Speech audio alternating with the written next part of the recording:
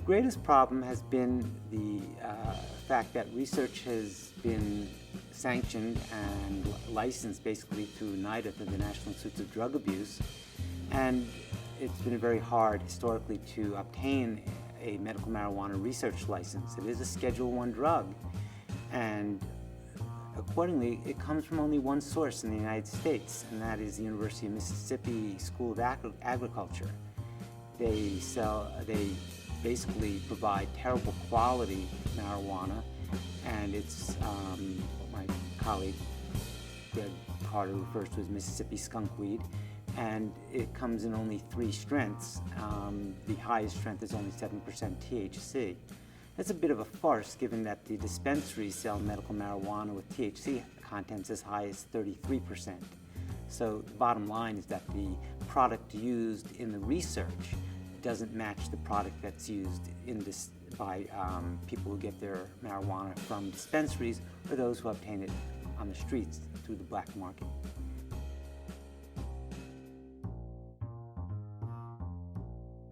It may change, hopefully, because in front of the House of Representatives right now is a bill that would reschedule marijuana uniquely from a Schedule I, meaning that it is a drug that is potentially dangerous and has no medical value, to a 1R, or 1 research, which is kind of a nebulous type of way of saying, okay, we're going to calm down a little bit and make it a little bit easier to do better marijuana research. They're also starting to grow marijuana in Mississippi that has high contents of cannabidiol, which is the true medicinal component of marijuana, with low levels of THC, and that's important.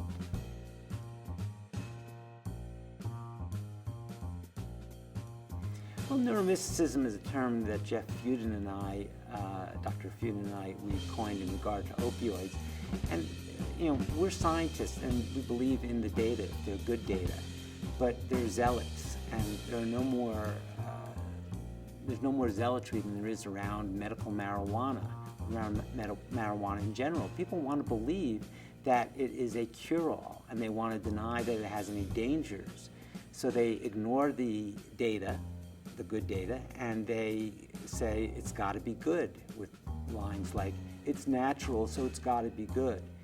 You know, opium is natural as well, yet lots of people overdose and die from opium overdoses and become terribly addicted to that as well. Cocaine is natural, it comes from the coca plant. So natural is not necessarily a good thing. The zealotry behind marijuana, though, is unlike that associated with any other substance in the world.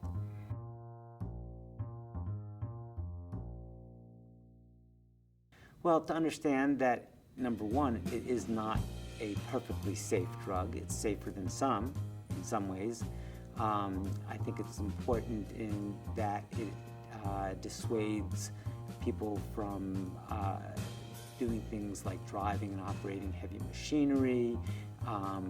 Very importantly, it reminds patients that irrespective of the marijuana legality in their state, authorization will never protect a patient's job, even in medical and recreational marijuana states such as Colorado and Washington.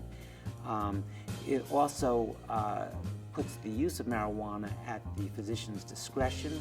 I think that's going to be a little bit tricky, simply because if the patient really wants to use marijuana because it's very easy availability on the streets, on the black market, of course, they're going to find a way to use it.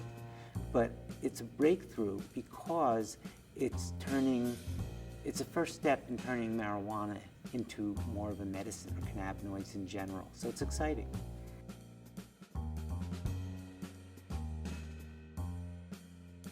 I think it's important that primary care physicians who are planning to use medical marijuana as part of their pain management armamentarium, number one, learn about it.